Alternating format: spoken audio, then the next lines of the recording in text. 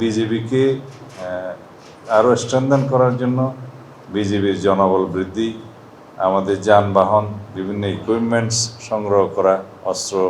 সংগ্রহ করা,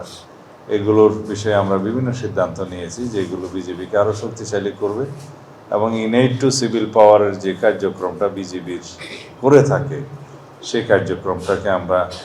আরও বৃদ্ধি করার জন্য এবং শক্তিশালী করার জন্য বিভিন্ন রকমের সিদ্ধান্ত নিয়েছি। আমরা দায়িত্ব গ্রহণের পরে এই প্রথমবার আমি বিস্তারিত জানার জন্য বিজিবি হেডকোয়ার্টারে এখানে পিলখানাতে আজকে এসেছি। 2-3 ঘন্টা আমাদের ব্রিফিং এবং দরবার নিয়ে সময় কেটেছে। বিজিবির বিভিন্ন কার্যক্রম, আমাদের বর্ডার আউটপোস্টে কী কী আমাদের সফলতা আছে, কয়টা সেক্টর আছে, কয়টা ব্যাটালিয়ন আছে, কী জনবল আছে, কী আমাদের চাহিদা আছে, কী উন্নয়ন করতে হবে এবং আমাদের প্রযুক্তিগত কী উন্নয়ন প্রয়োজন, বর্ডারে আমাদের প্রযুক্তির মাধ্যমে কিভাবে আমাদের সীমান্ত প্রহরা নিশ্চিত করতে পারি এবং ইনফরমেশন আমরা কালেক্ট করতে পারি, সেই ভিত্তিতে আমরা অ্যাকশন করতে পারি। যেহেতু আমাদের বিভিন্ন রকমের অ্যাক্টিভিটিস আছে বিজিবির, যেমন সীমান্ত প্রহরার বাইরেও মাদকদ্রব্য নিয়ন্ত্রণ এবং মাদকদ্রব্য যাতে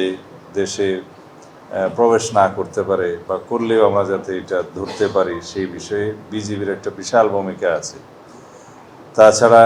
আমাদের বিজিবির যে ডগ স্কোয়াড আছে সেটাকে কীভাবে আমরা কাজে লাগাতে পারি, আজকেই আমরা সিদ্ধান্ত নিয়েছি যে মাদকদ্রব্য নিয়ন্ত্রণের যে আইনটা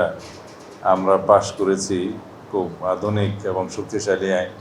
সেখানে ডগ স্কোয়াডের আমরা বিধান রেখেছি। কিন্তু ডগ স্কোয়াড তো রাতারাতি রেজ করা যায় না, প্রশিক্ষণ করা যায় না, তার আগ পর্যন্ত আমরা বিজিবির কাছ থেকে সেই সহায়তাটা নেব, সেই সিদ্ধান্তটা আমরা আজকে নিয়েছি। আর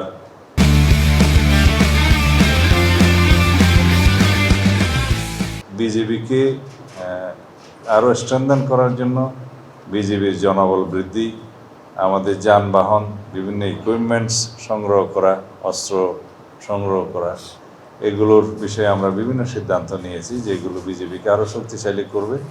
এবং ইনেট টু সিভিল পাওয়ারের যে কার্যক্রমটা বিজিবির করে থাকে সেই কার্যক্রমটাকে আমরা আরও বৃদ্ধি করার জন্য এবং শক্তিশালী করার জন্য বিভিন্ন রকমের সিদ্ধান্ত নিয়েছি। বিশেষ করে দুর্যোগ মোকাবিলায় বিগত কয়েকদিন আগে সাম্প্রতিক যে বন্যায় বিজিবি যে ইনেট টু সিভিল পাওয়ার সহোদ্যোগে স্বতঃস্ফূর্তভাবে তারা যে কার্যক্রম করেছে এবং ড্রোনের মাধ্যমে যারা ত্রাণ সামগ্রী যেখানে পৌঁছানো সম্ভব নয় সেখানে পৌঁছিয়েছে আর উদ্ধার কার্যক্রমে অংশগ্রহণ করেছে, সেটা খুবই প্রশংসিত হয়েছে দেশব্যাপী। এইরকম অন্যান্য সমস্ত কার্যক্রমে বিজিবি সীমান্ত প্রহরার বাইরেও যেই কার্যক্রমগুলো করে থাকে সেগুলো যাতে আরও বাড়ানো যায় এবং জনসম্পৃক্ত অন্যান্য কার্যক্রমের মাধ্যমে আমরা যাতে বিজিবিকে আরও বেশি শক্তিশালী করতে পারি সেই সিদ্ধান্তগুলো আমরা আজকে প্রাথমিকভাবে নিয়েছি। আর যেখানে যেখানে আর্থিক সংশ্লেষ আছে উন্নয়নের জন্য বিজিবির যেটা অফিসিয়াল ক্যাপাসিটি বাড়ানোর জন্য,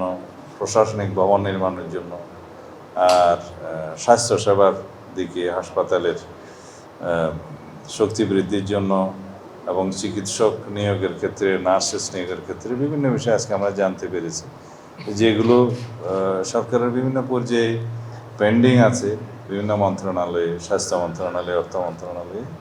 সেগুলো আমরা পার্সু করে দ্রুততার সাথে এগুলো নিষ্পত্তি করবো বলে আজকে আমরা অনেক বিষয়ে সিদ্ধান্ত নিতে পেরেছি।